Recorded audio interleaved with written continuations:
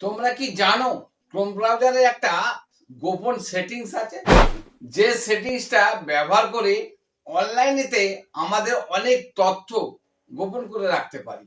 আমাদের ডিভাইসের Chrome browser open করার পর উপরের ডান দিকের কোণে থ্রি ডট যে অপশন আছে তাতে ট্যাপ করলে একটি নিউ ইনকগনিটো মোড বা ট্যাব বলে অপশন দেখতে পাওয়া যায়।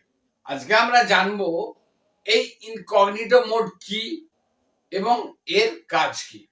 Hi everyone, welcome back to my channel SH unity guide.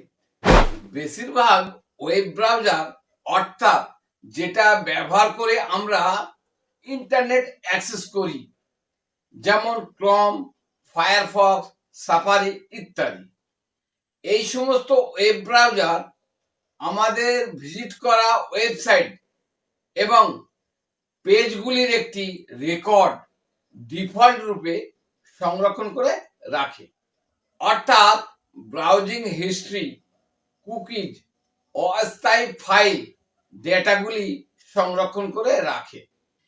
কিন্তু প্রতিটি ব্রাউজারের একটি প্রাইভেট ব্রাউজিং সেটিং থাকে, যে সেটিংসটি ক্লিক করে এনেবল করে দিলে ওই ব্রাউজার তোমার ডিভাইসের ব্রাউজিং হিস্ট্রি, কুকিজ, অস্থায়ী ফাইলগুলোকে সংরক্ষণ করে রাখতে পারে না। সেশন শেষে অটোমেটিকভাবে মুছে যায়।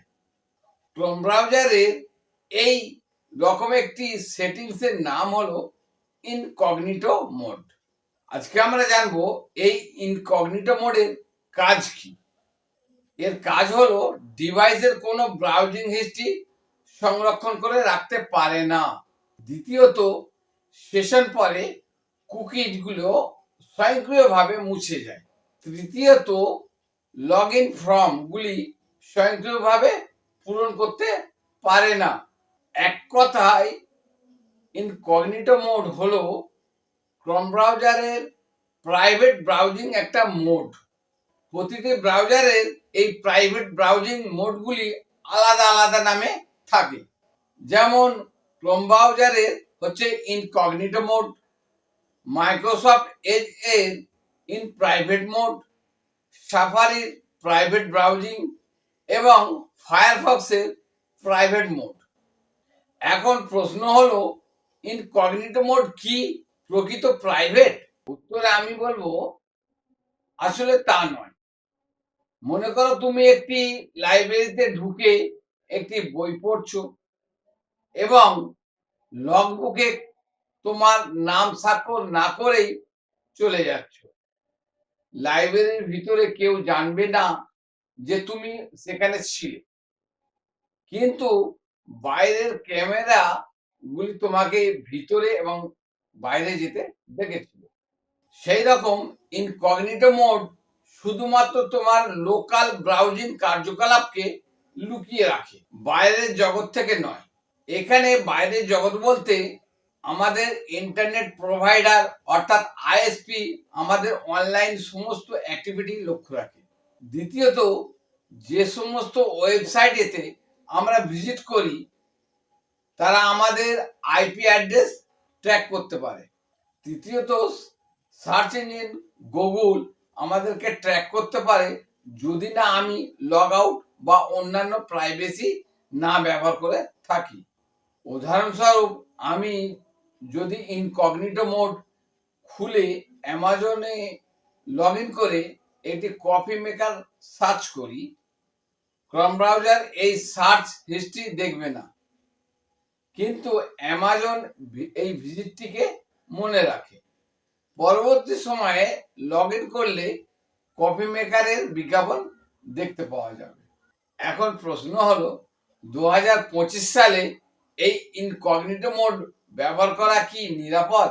উত্তরে আমি বলবো যে উদ্দেশ্য নিয়ে ইনকগনিটো মোড তৈরি করা হয়েছে শুধুমাত্র সেই সমস্ত ক্ষেত্রে এটি নিরাপদ, যেমন যখন আমাদের লোকাল প্রাইভেসি করার প্রয়োজন হয়ে থাকে বা যখন আমাদের একাধিক অ্যাকাউন্ট লগ ইন করার প্রয়োজন হয়ে যায়, সেক্ষেত্রে এটা ব্যবহার করা যেতে পারে।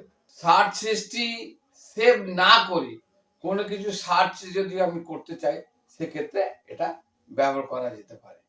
এই ইনকগনিটো মোড সেই সমস্ত ক্ষেত্রে নিরাপদ। কিন্তু যখন কোনো বেনামি সাইটে ব্রাউজিং করার প্রয়োজন হয়, বা কোনো ট্র্যাকার বা হ্যাকার বা কোনো নজরদারির হাত থেকে আমাদের ডেটাকে লুকিয়ে রাখার প্রয়োজন যেখানে হয়, সেক্ষেত্রে বা কোনো কর্মক্ষেত্রের নিয়ন্ত্রণকে বাইপাস করার প্রয়োজন হয়, এই সমস্ত ক্ষেত্রে ইনকগনিটো মোড কিন্তু নিরাপদ নয়।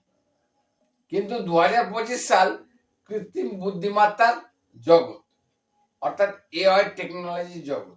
সেখানে সমস্ত কিছুর প্রাইভেসি আরো জটিল। কিন্তু তাই 2025 সালে এটি বেসিকভাবে ব্যবহার করার জন্য সেফ, কিন্তু প্রকৃত পক্ষে এটা সত্যিকার প্রাইভেসি টুলস নয়।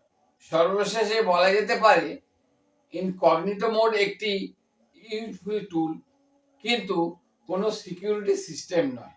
আজকে তাহলে এখানেই, এই পর্যন্তই। ভালো থাকবে, সুস্থ থাকবে, তোমার আগামী দিনটা শুভ হোক।